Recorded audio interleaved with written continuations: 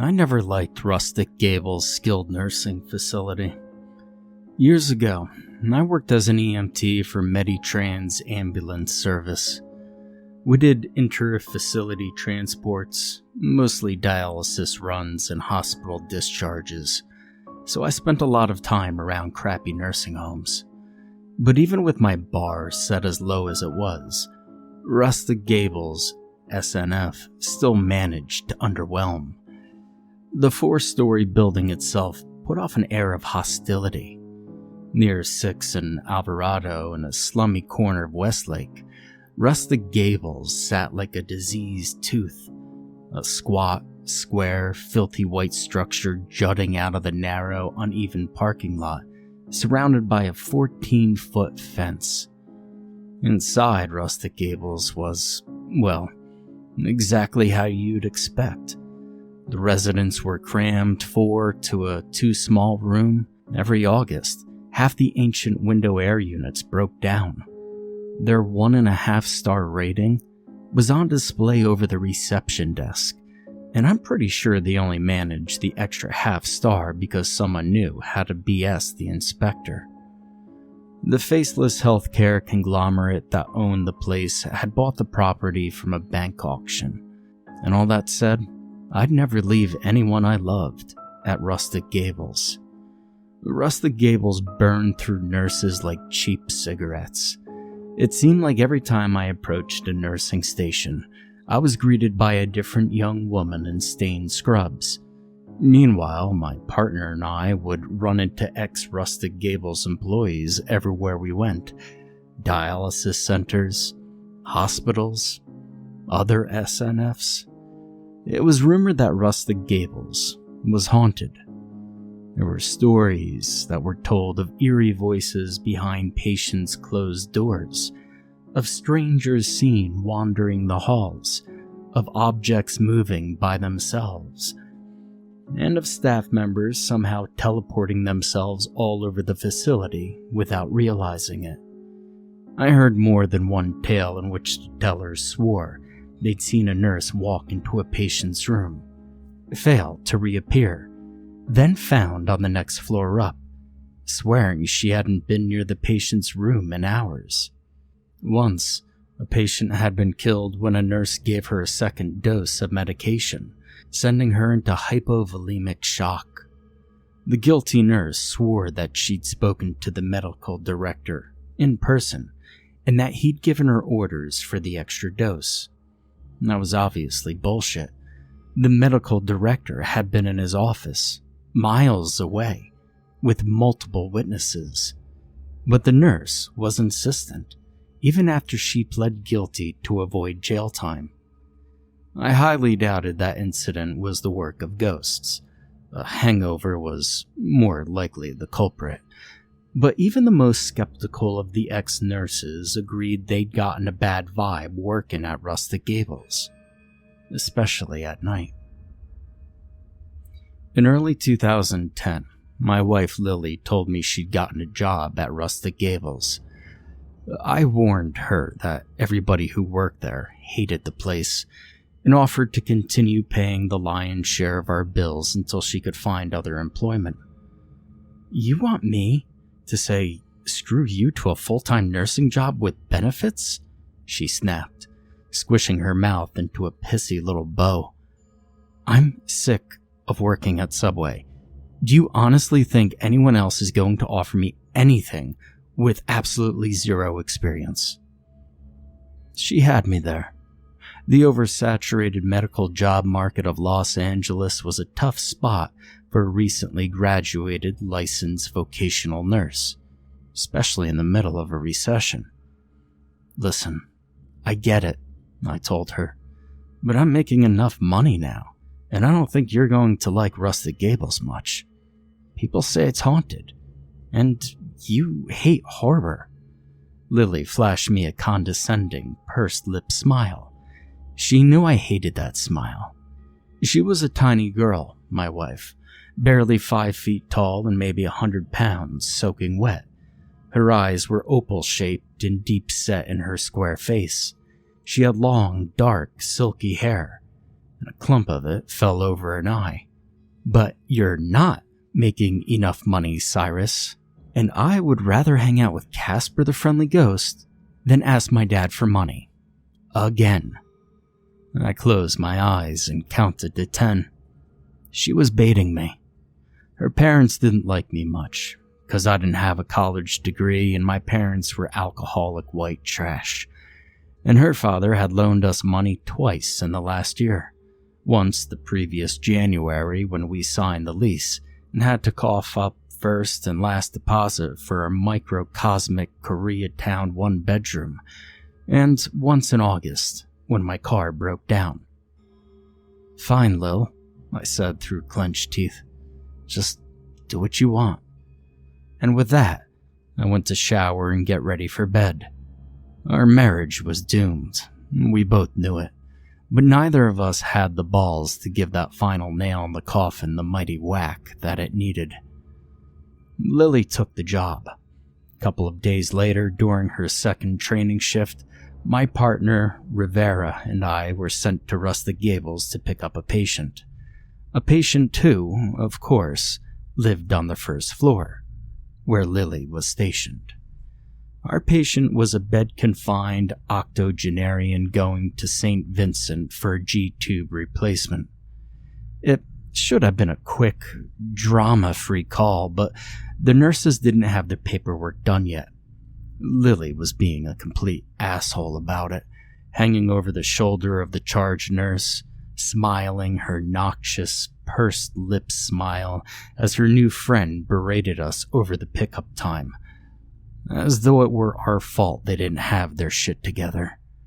Rivera went to the ambulance to charge his phone, and I'd grit my teeth so hard that my skull hurt.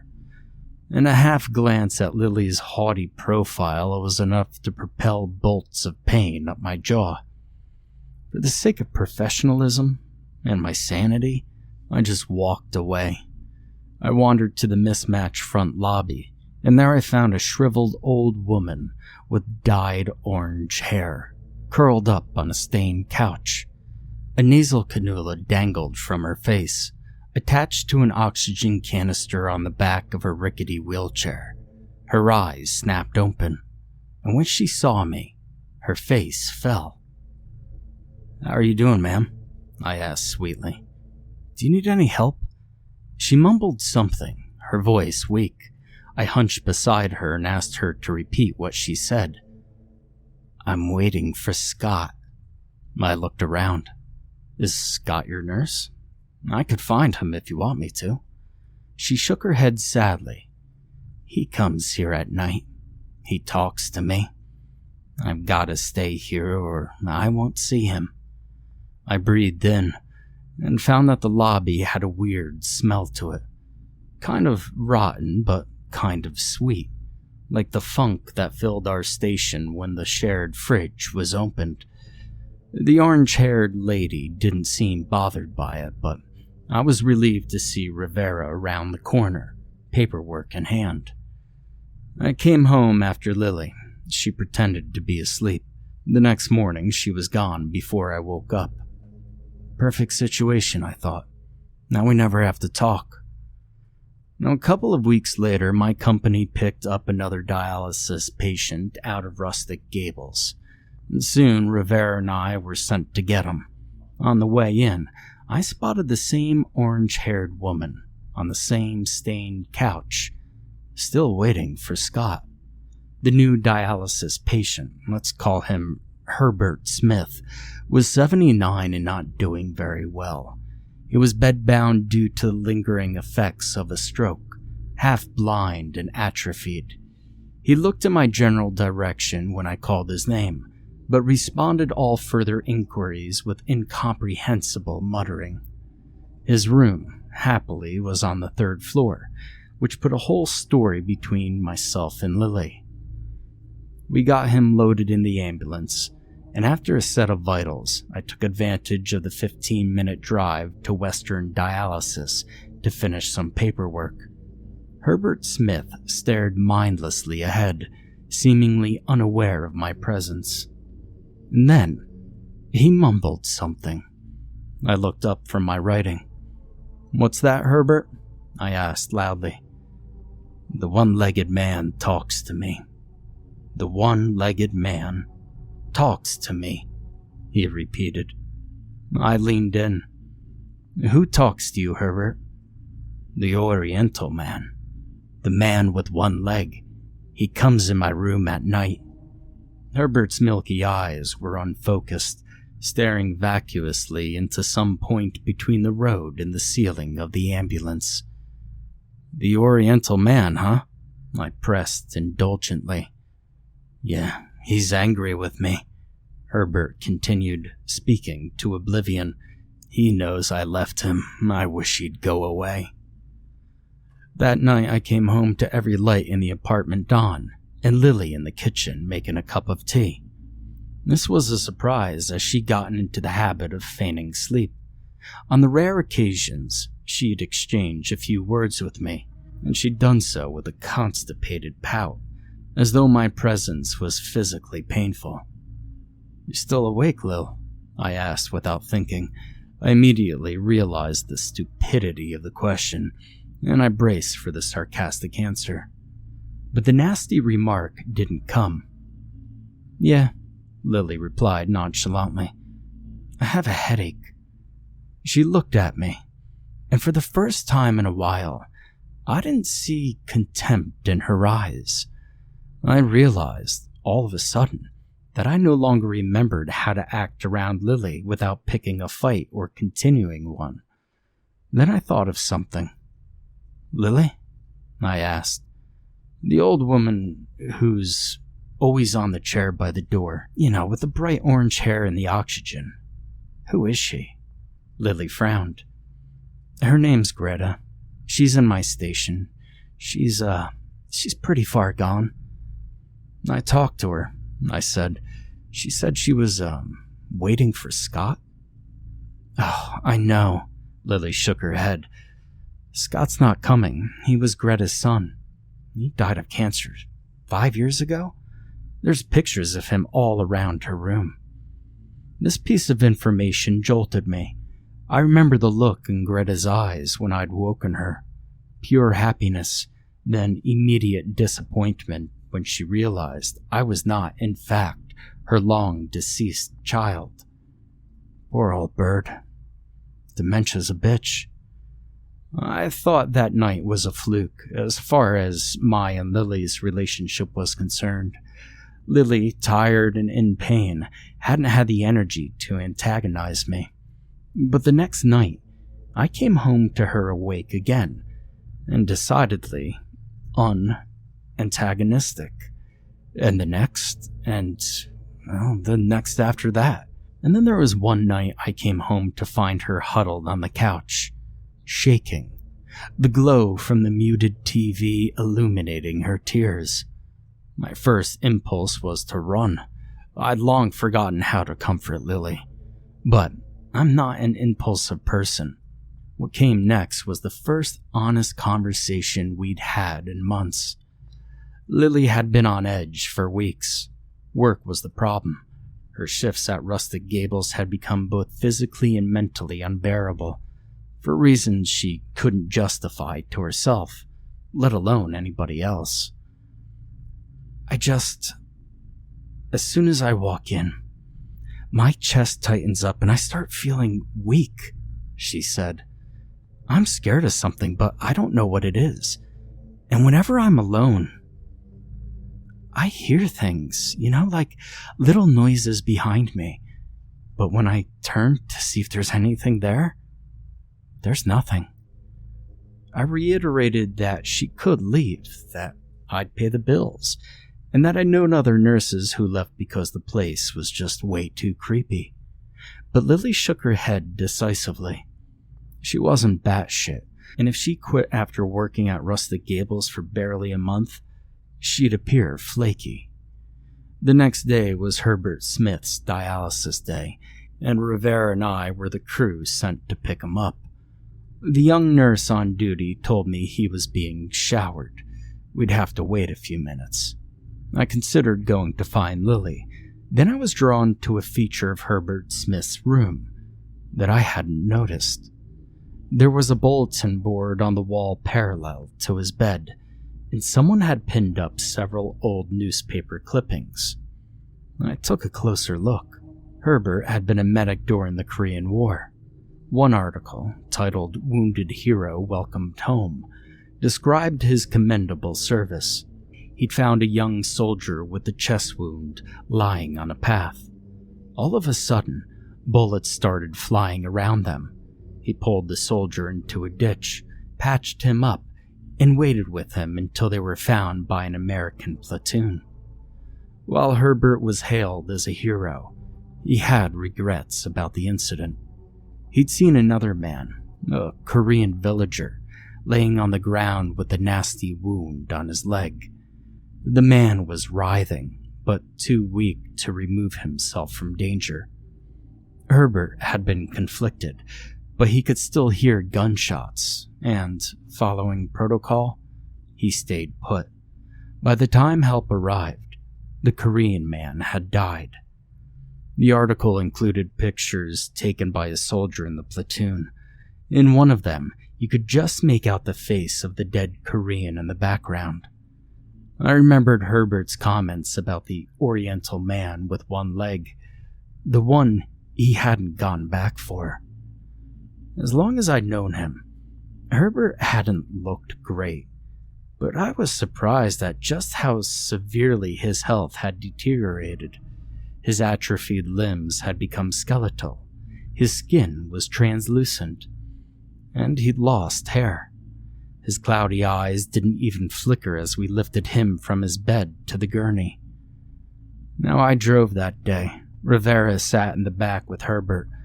As we wheeled the old man in, I asked Rivera if he'd said anything strange in the back. Rivera gave me a weird look. He wasn't aware Herbert could speak at all.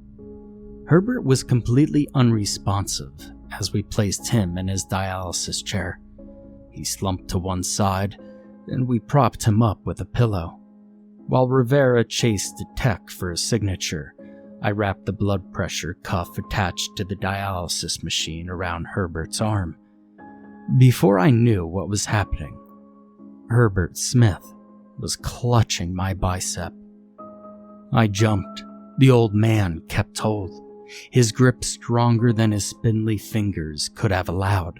His milky white eyes bored into mine. "The Oriental man says he's going to take me with him." I wrenched my arm out of his grasp. Herbert went limp and flopped over. I called his name, but his ashen face drooped dumbly, and his liquid eyes were dull. Whoever had spoken to me was logged off, signed out. Hell, no longer in the building. 45 minutes into dialysis, Herbert violently tore the blood-filled tubes from his arm. The staff attempted to stop the bleeding, but he fought them off with an alarming level of ferocity. It was said that Herbert Smith never looked so peaceful as he had while being carried out by paramedics, already into irreversible shock. He died before they made it to the hospital. Now, I remained ignorant as this was all going on. Rivera and I ran a few more calls. I drove in and out of the hospital parking lots, pondering Herbert's Korean ghost. And later, at around 6, I received a text from Lily. That was hot, sigh. It was a weird thing to say. I assumed she meant our conversation the night before, responded with a single smiley face, and thought about it all afternoon. For months, I'd wanted Lily gone. I'd fantasized about coming home and discovering that, hell, she moved out. But when I read that text, I felt a little twinge of the ecstasy she inspired in me when we were 18 and obsessed with each other. As soon as I walked into our apartment, Lily jumped me. Wordlessly, passionately, we made love on the couch. Her perfume, her red lipstick, her hair tickling my skin. It was intoxicating. It was instinctive, animalistic. And when we finished, We lay entangled on the couch, strands of her hair still in my mouth. "That was amazing," I muttered to her. "I'm so glad we did that." "You started it," she teased, running her hand across my chest. "That was a pretty hot kiss. The charge nurse was pissed, but it was worth it." "What's the charge nurse got to do with anything?" I asked innocently. Lily pulled away. She sat up. "You came to see me at Rustic Gables. You kissed me right in front of all the other nurses." I went cold. "Lily," I said, "I didn't do that. I was at Rustic Gables in the morning to pick up Mr. Smith, but I didn't see you at all. I didn't kiss you." She forced a laugh. "Sigh, stop fucking joking. Unless you've got a twin that I don't know about, you kissed me today. The other nurses all saw." "Well, I don't know what to tell you, Lil," I said. "I was on the 3rd floor for like 15 minutes and then in the ambulance the rest of the day." Lily glared, shoving me out of the way. She grabbed her clothes and stood up. "You know what? Fuck you, Cyrus. You're a fucking liar." And with that, she stomped into our bedroom and slammed the door. In the morning, she was gone before I woke up. The whole thing bothered me. Apparently, Lily had been passionately kissed in front of her coworkers by a guy who looked just like me. Now, I'd long suspected she had an undiagnosed bipolar disorder, but I might have been wrong. Maybe undiagnosed schizophrenia. Now, 2 days later, Rivera and I were sent for Herbert Smith.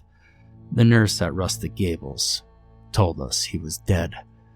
Rivera went to call dispatch and to tell him that, in fact, our services were not needed. I waited with the gurney in the front lobby. Orange-haired Greta was curled up on the couch, presumably still waiting for Scott. Poor lady. I tried to catch her eye, but she was oblivious to my presence. Then I saw tears running down her face. I would have gone to talk to her if a hand hadn't jerked my arm. I whirled around and found myself face to face with Lily. Her eyes were puffy and bloodshot. She was pissed. "There you are," she snapped. "What the fuck, Cyrus? You're messing with me now?" "Lily, what are you talking about?" "Oh, I heard you calling my name," she said, unable to control the treble in her voice. "Down the hall, in that fucking creepy voice. Where were you hiding? Were you under a bed or something?" "Lily, I didn't do that. I've literally been standing right here." "It was your voice," Lily insisted, saying, "Lily, come to me." "I was handing out meds and I heard you. You know, I'm so fucking sick of your jokes." "Lily, I started. "Screw you, Cyrus. I want a divorce." And with that, she stomped back to the nurse's station. I didn't go after her. I stood there, useless, fuming. All the anger and resentment I'd been nursing for months, the frustration of never ever being good enough for Lily, swirled around me like a tornado. I wanted her dead. I wanted to wrap my fingers around her tiny-ass neck and stare into her protruding eyes until they glazed over. If Rivera hadn't come to tell me that we had another call, well, I'm not sure what I would have done. We spent the rest of the night with one of the respiratory therapists, wedging a 400-pound, ventilator-dependent vegetable onto our gurney, and driving him to a crappy post-acute in Silmar. As we drove back to the station, I saw that I had 2 missed calls from Lily, and that she'd left me a voice message. I ignored it. Even thinking about her jacked my blood pressure. Lily didn't come home that night, and I was relieved. The next morning, I was dismayed to see the address of Rustic Gables flash across our pager. We were picking up a psych patient, an old lady with dementia wigging out, going to the Brotman psychiatric ward. The name of the patient? Greta, the orange-haired lady in the lobby, who's always waiting for Scott. It started a little after midnight, the charge nurse told me. All of a sudden, she was screaming and crying. Well, I'd never heard anything like it before, just this anguished, otherworldly wailing. Had she had any change in medications recently? I asked. The nurse shook her head. Her son, Scott, died about 5 years ago. She was very devoted to him, and she'd been telling some of the nurses that he comes and sees her at night. I nodded sympathetically. Anyways, the nurse continued, last night she kept on screaming Scott's name over and over. Well, we got her into bed and gave her a sleeping pill, but it didn't take. She woke up around 3, dragged herself out of bed and into the hallway, and we found her pawing at the door of a storage closet. They had Greta restrained in the bed, unnecessarily so, or I thought, as whatever sedative they'd given her had reduced her to a near comatose state. We moved her onto the gurney without issue, but in the back of the ambulance, she squirmed around and opened her eyes. She threw a languid look in my direction. So, Greta, I said kindly, hoping my voice would keep her quiet. How are you doing today? Have the nurses been treating you well? Scott came to me, she said emotionlessly. The words hit me like a punch. Nah, Greta, let's not talk about Scott, okay?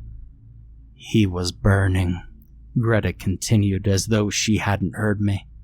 His face was melting. He was screaming in pain. Tears welled in her eyes. Then it wasn't Scott anymore. It was this monster, this demon.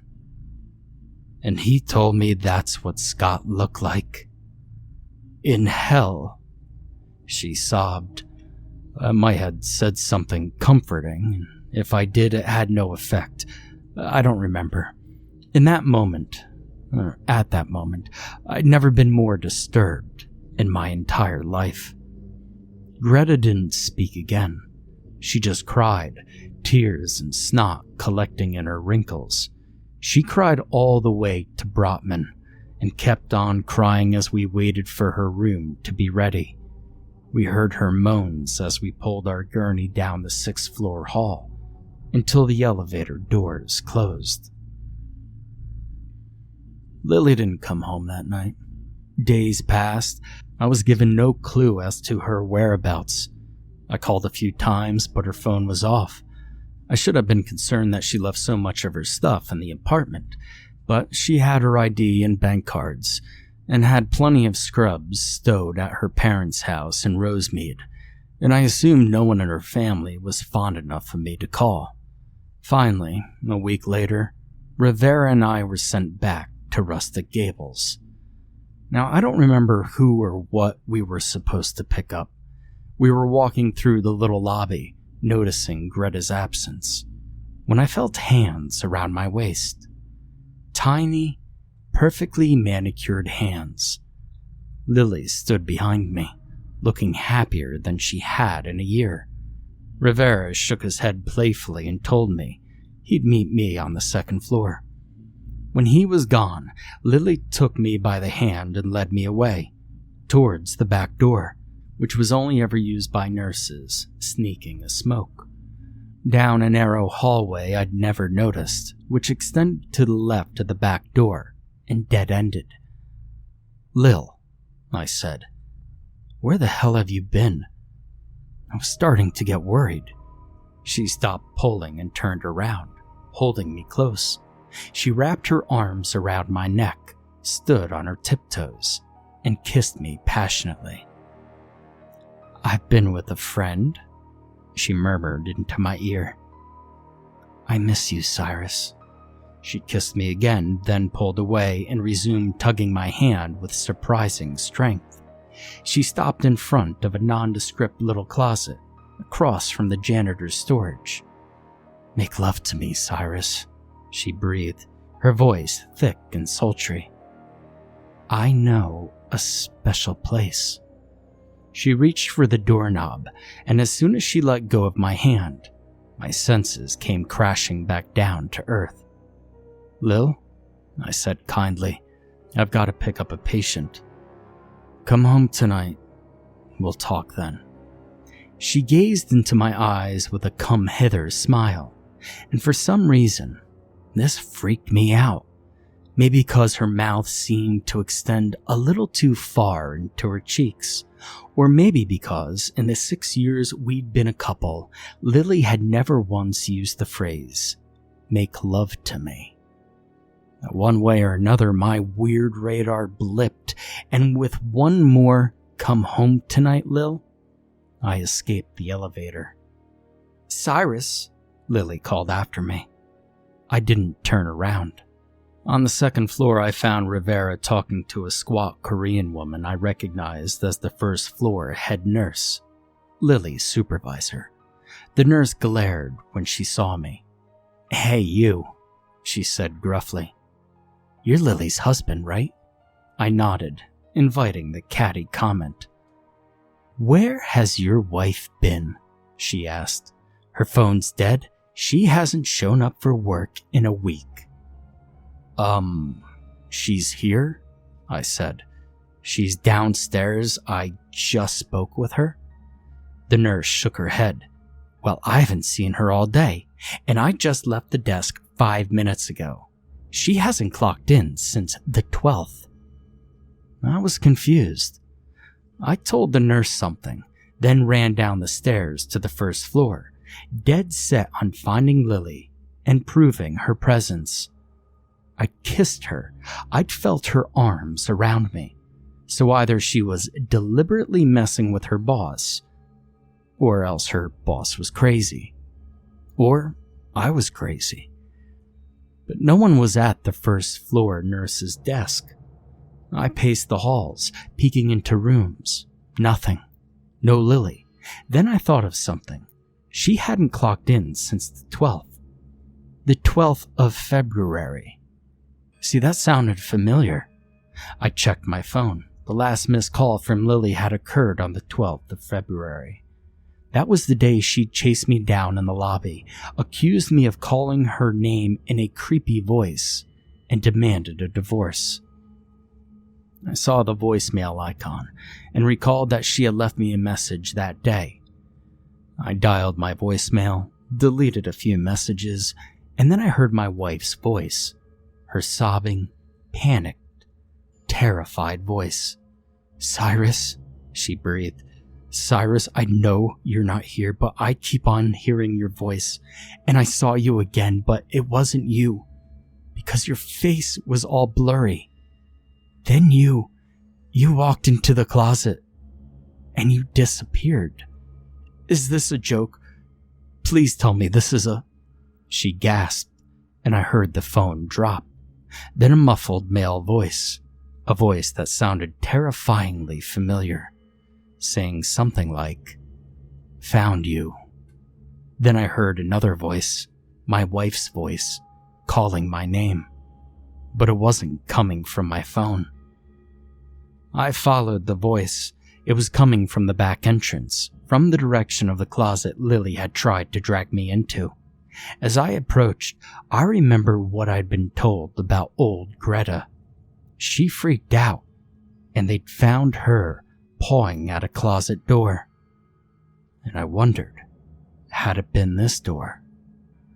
I turned the knob, and I flicked on the light switch. I found myself staring at a tiny, dusty storage room, seemingly used as a dumping ground for cardboard boxes and broken equipment. The floor was peeling linoleum, and cobwebs hung from the 2 cheap metal shelves. A healthy coating of dust told me this room was rarely accessed by the nursing staff. And I heard it again. "Cyrus. Cyrus." I did a 360, then was hit with the dizzying realization that the voice was coming from under the floor. Now, anyone with the IQ of a monkey could tell you I should have bailed. That a disembodied voice calling my name beneath the floor on the first story of a building was not a phenomenon I should investigate alone. But somewhere between my soft-core script conversation with Lily and her gut-churning message on my phone, I stopped thinking logically. I looked around. No doors, no stairs, and I knew there wasn't a basement button on the elevators. But then I saw it.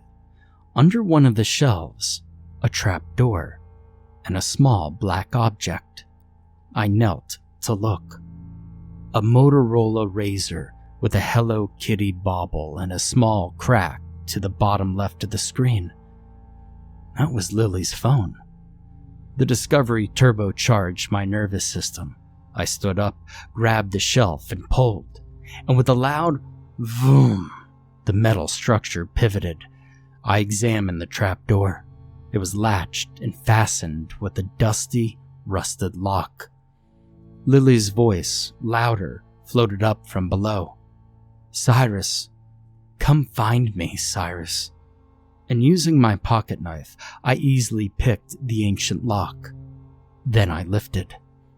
I saw darkness. As my eyes adjusted, I saw stairs. Damp, rotting, wooden stairs leading down to some sort of cellar. I breathed in and gagged.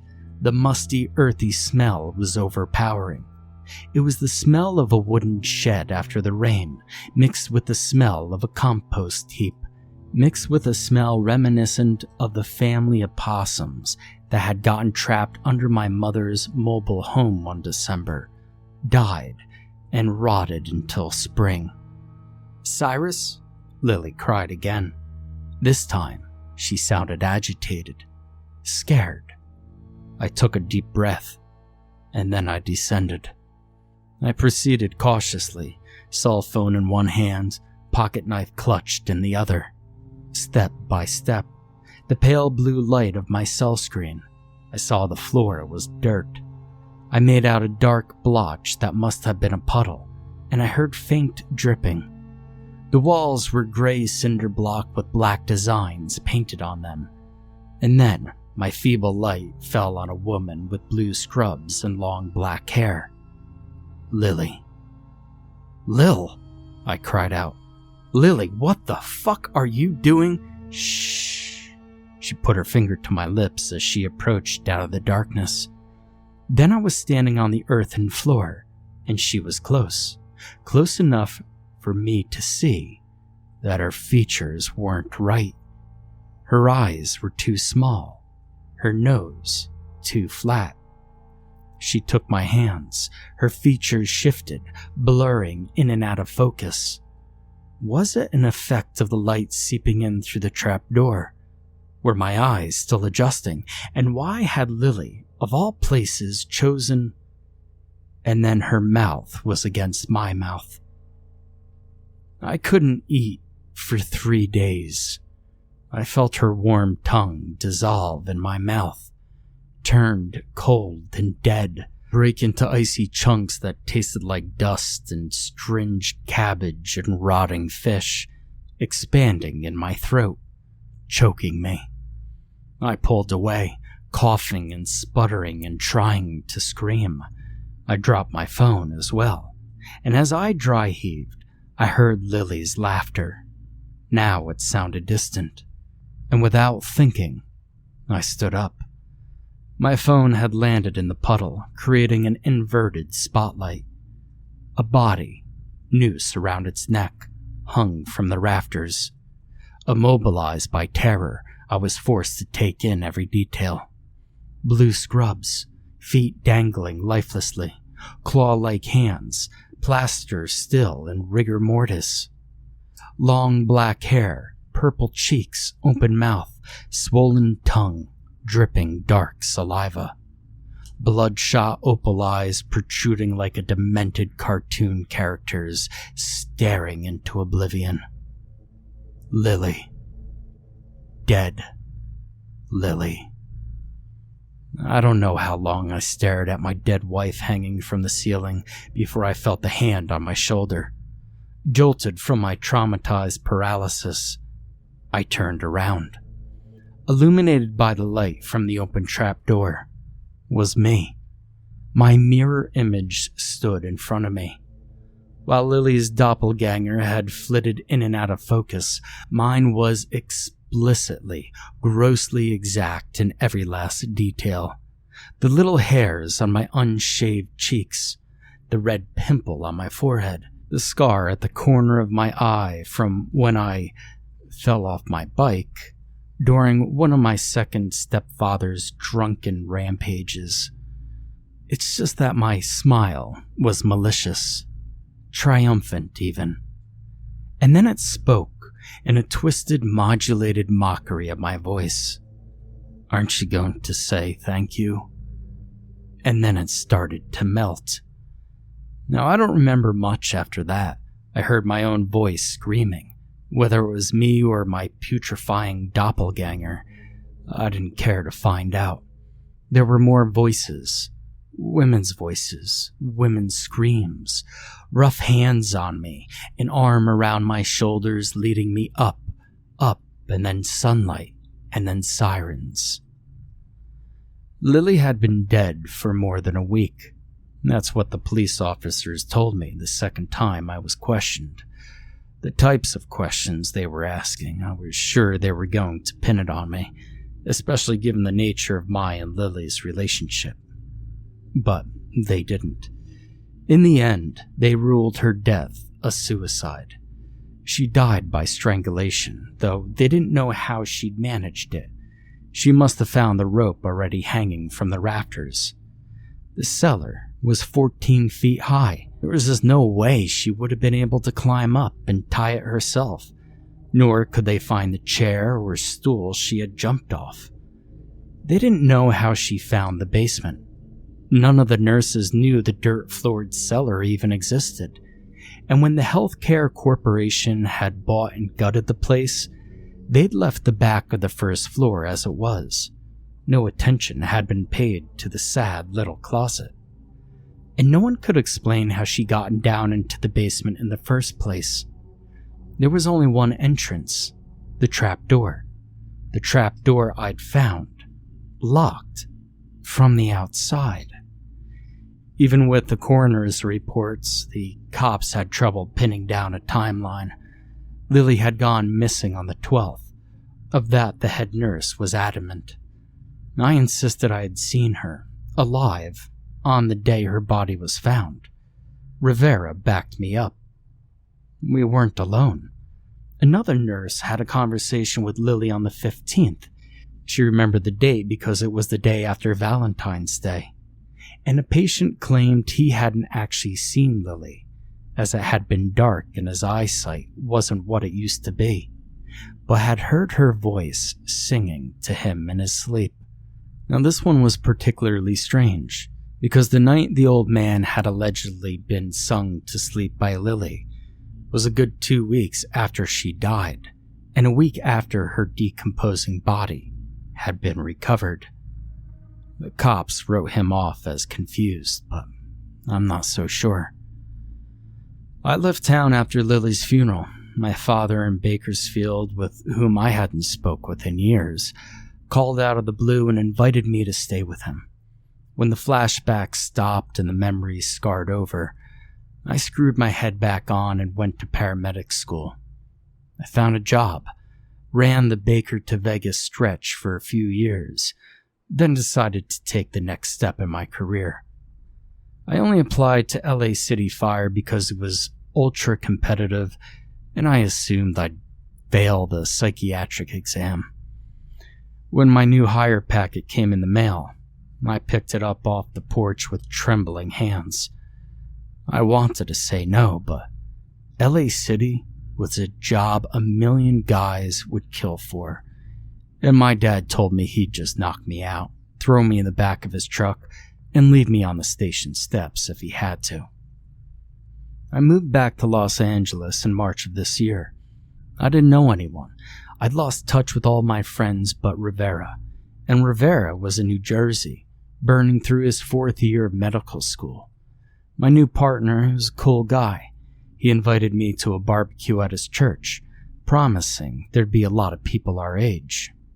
There wasn't, but I did meet my new partner's uncle, Raul, a retired LAPD officer. We talked and I learned that he'd been one of the cops who investigated Lily's death. He was cool about it. I was never a suspect, he assured me. Suicide was the only logical conclusion. Logical conclusion, he said sarcastically. Then he asked me what I knew about supernatural phenomena. I forced a laugh, but he didn't.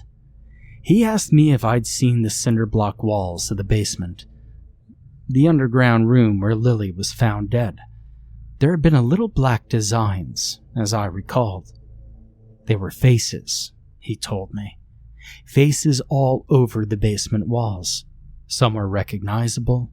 Rustic Gable employees, patients, visitors. Some were the faces of people whose pictures were displayed by the patients. Family members, dead friends, celebrities, hell, even the Pope. There were hundreds of them. And the strangest part was, they couldn't figure out how the faces had even gotten there. Samples were tested. No trace of paint or dye was found. Nothing would wash them away. And in the spots chipped for samples, the faces were redrawn in full within hours. My face was there, and so was Lily's. And on his 3rd trip down, Raul found his face.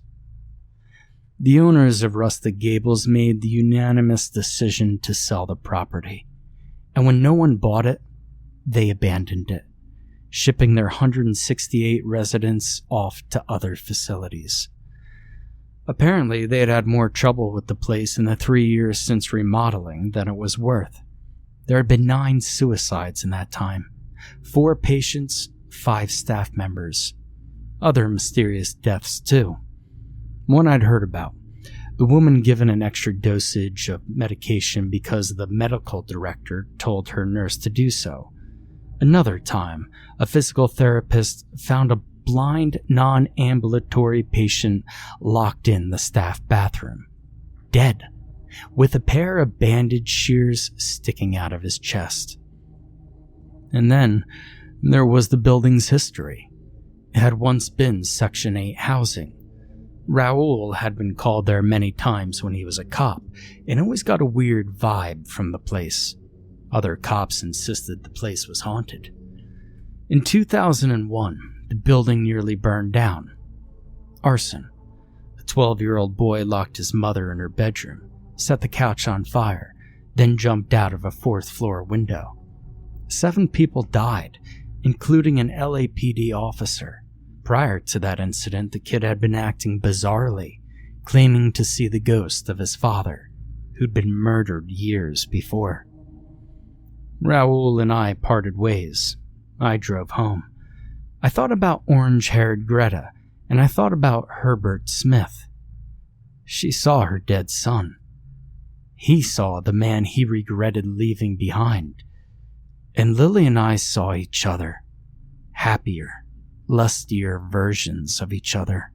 Versions that were still in love. The next day I did some research on doppelgangers. Omens of doom, embodiments of one's dark side, like Jekyll and Hyde. This led me to the shadow of Jungian philosophy. One shadow is the manifestation of buried, selfish, evil thoughts. The thoughts you're not allowed to think. The thoughts that you deny. And I thought about what my doppelganger had said. Aren't she going to say, thank you? Whatever demon or spirit lived in that basement, it collected faces. It could shapeshift, becoming the spitting image of any human form it saw, and it knew our desires and our regrets, our fears, It came to Greta as her son, then used Greta's love to drive her mad. It recreated the image Herbert Smith saw in his guilty nightmares. I wanted Lily to love me again, but part of me wanted her gone forever. And it gave me both. I drive by that building sometimes, the former rustic gables SNF. The asphalt is cracked now, and the windows are shattered. I wondered if the walls have changed, if there are now more faces, maybe those of transients or addicts who naively look to the abandoned structure for shelter. Sometimes I catch something out of the corner of my eye through a darkened window. Sometimes it looks like a human face staring back at me, but I never let my gaze linger for long. I fear I'll see her face, my mistakes, relive her death, and my inadvertent part in it. And I fear that I'll see my own.